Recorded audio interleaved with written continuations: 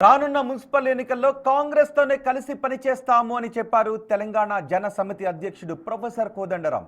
పొత్తుపై TPCC chief Mahesh Kumar గౌడ్కు లేఖ రాశామని, సానుకూల నిర్ణయం వస్తుందనే ఆశాభావాన్ని వ్యక్తం చేశారు.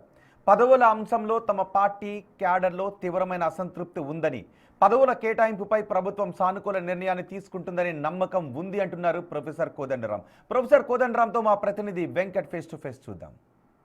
వస్తూ ఉన్నాయి. టీజేఎస్ ఏంటి ముఖ చిత్రం ఏంటి, ఎలా ఉండబోతుంది, ప్రభుత్వంతో కలిసిపోతుందా లేదంటే ఒంటరిగా పోటీ చేస్తుందా?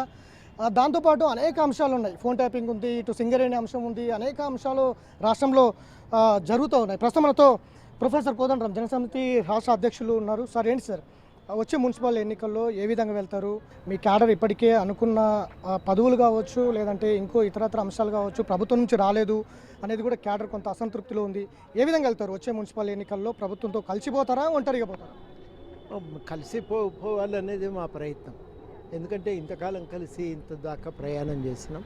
ఇప్పుడు కూడా కలిసి ప్రయాణం చేయటమే మంచిది అనే ఆలోచనతో ఉన్నాం.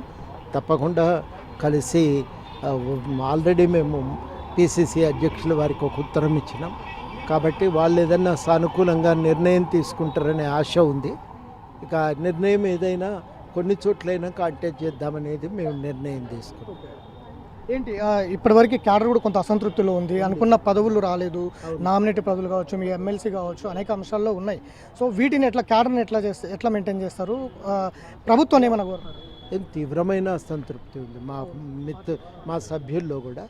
ఎందుకంటే సహజమైన కారణమే అది.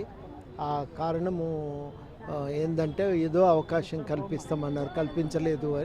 ఆ సగకాలం గడిచిపోయింది, ఇకనైనా ఇస్తారో ఇయ్యరో అనేది ఒక ఆవేదన ఉంది. ఈ ఆవేదన వల్ల తీవ్రమైన అసంతృప్తి ఉంది. ఈ అసంతృప్తిని మనం కొంత ప్రభుత్వానికి కూడా మేము తెలియజెప్పినాం. మళ్ళొకసారి ఇవన్నీ నివేదించి తొందరగా న్యాయం చేయవలసిందిగా మేము అభ్యర్థిస్తాం. మరి చేయకపోతే ఏం చేయాలనేది తర్వాత మేము మళ్ళొకసారి కూర్చొని ఆలోచన చేస్తాం. సార్ ఇంకొకటి, సింగరేణి అంశము చాలా అంశాలు జరుగుతూ ఉన్నాయి. ఒకవైపు టెండర్లో గోల్మాల్ జరిగినాయి, మంత్రుల మధ్య అనేక విభేదాల మధ్యనే బయటపడింది అనేది ఒకవైపు జరుగుతుంది.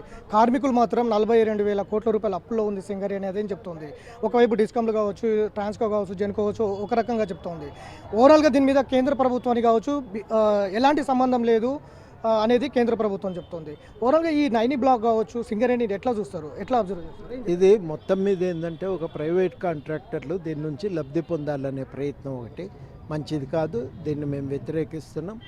చాలా కీలకం ఏంటంటే ఈ బొగ్గు సహజ సంపద, ప్రయోజనాలు కూడా ప్రజలకే దక్కాలి. ప్రైవేట్ సంస్థల కంటే ఎవరు ఇస్తారు? కేంద్ర ప్రభుత్వం ఇస్తుందా, రాష్ట్ర ప్రభుత్వం? కాంట్రాక్టర్లకు ఇప్పుడు ఏమైందంటే సరళీకరణ విధానాలు ప్రవేశపెట్టిన తర్వాత పై మట్టిని, ఉపరితల బొగ్గు మట్టి పొరలను తొలగించే పని కాంట్రాక్టర్లకు ఇస్తున్నారు.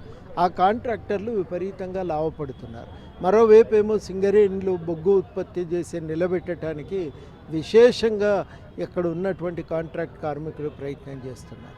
ఇంతటి ఒక వ్యత్యాసం అనేది కోట్ల రూపాయలు కాంట్రాక్టర్లకు దక్కుతుంటే నెలవారీ ఖర్చులకు కూడా సరిపోనటువంటి జీతాలేమో కాంట్రాక్ట్ కార్మికులకు వస్తున్నాయి.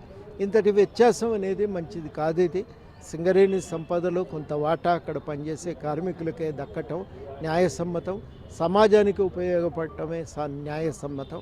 అందుకని మేము మొట్టమొదటి కేంద్రాన్ని కోరేది ఏంటంటే అసలు ఈ బొగ్గు సహజ సంపద, ఈ సంపదపై అధికారాన్ని సంపూర్ణంగా సింగరేణికి ఇవ్వండి. దాన్ని మళ్ళీ ఆక్షన్ పేరుతో ప్రైవేట్ కాంట్రాక్టర్లను దొడ్డిదారిని తెచ్చే ప్రయత్నం మంచిది కాదు. ఏం సరే, ఫోన్ ట్యాపింగ్లో లొటపీస్ కేసు అంటున్నాడు కేటీఆర్ కావచ్చు, హరీష్ రావు కావచ్చు, మీరు కూడా బాధ్యులుగా ఉన్నారనే వార్తలు కూడా వస్తూ ఉన్నాయి. ఓవరాల్గా ఈ ఫోన్ ట్యాపింగ్ అంశాన్ని ఎట్లా చూస్తారు? నాంచుడు ధోరణి ప్రభుత్వం కూడా గత 2 ఏళ్ల నుంచి నాంచుడు ధోరణి చేస్తుంది, ఇప్పటిపై యాక్షన్ లేదు అనే అభిప్రాయాలు కూడా వ్యక్తమవుతున్నాయి. మీ అభిప్రాయం ఎలా ఉంటుంది? లొట్టపీస్ కేసుకి ఇంత లొల్లి ఎందుకండి? ఇంత లొల్లి అవసరం లేదు కదా. మీరు ఎక్కడో ఇది మిమ్మల్ని గెలుగుతున్నది కాబట్టి ప్రైవేటు వ్యక్తుల మీద పెత్తనం కోసం మీకు అధికారం ఇవ్వలేదు. ప్రైవేటు జీవితాల మీద జోక్యం చేసుకోవటానికి మీకు అధికారం ఇవ్వలేదు. మీరు చేస్తున్న వ్యవహారం ఏది కూడా సరిగ్గా లేదు. సమాధానం చెప్పవలసి ఉన్నది చెప్పాలి మీరు, అది మీ బాధ్యత.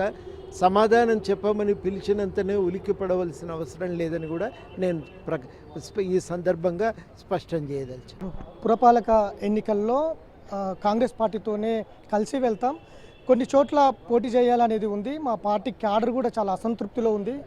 ఇప్పటివరకు అయితే పిసిసి చీఫ్ మహేష్ కుమార్ గౌడ్కి పార్టీకి సంబంధించిన అంశాలు కొన్ని మా డిమాండ్స్ కూడా కొన్ని పెట్టాము. వచ్చే మున్సిపల్ ఎన్నికల్లో పోటీ చేస్తాం, కాంగ్రెస్ పార్టీతోనే అలవెన్స్లోనే ముందుకు వెళ్తాం అన్నది కూడా చెప్తా ఉన్నారు. అట్లనే ఈ టెండర్లలో ఏదైతే కేంద్ర ప్రభుత్వం సంబంధించిన కొన్ని నిబంధనలు పెట్టింది సింగరేణిలో, అవి ఎత్తివేయాలి, పూర్తి అజమాయిషి రాష్ట్రానికి ఇవ్వాలన్నది కూడా ఒక అంశం చెప్తున్నారు. ఫోన్ ట్యాపింగ్ లోటోపీస్ కేసు అయితే ఎందుకు ఉలికి పడుతున్నారు కేటీఆర్ అన్నది కూడా చాలా కోదండరాం చెప్తున్నారు. అట్లనే ఒక ప్రభుత్వం ఏర్పడిన తర్వాత మొత్తం కూడా ఫోన్ ట్యాపింగ్ చేసే అధికారం ఎవరికి లేదు, అది సరైన పద్ధతి కూడా కాదు అనేది కూడా చెప్తూ ఉన్నారు. అట్లనే కవితకు సంబంధించిన అంశంలో పార్టీ పెట్టినప్పుడు మాట్లాడదాం అనేది కూడా కోదండరాం చెప్తా ఉన్నారు. వీడియో జర్నలిస్ట్ వినోద్తో వెంకట్, బిగ్ టీవీ.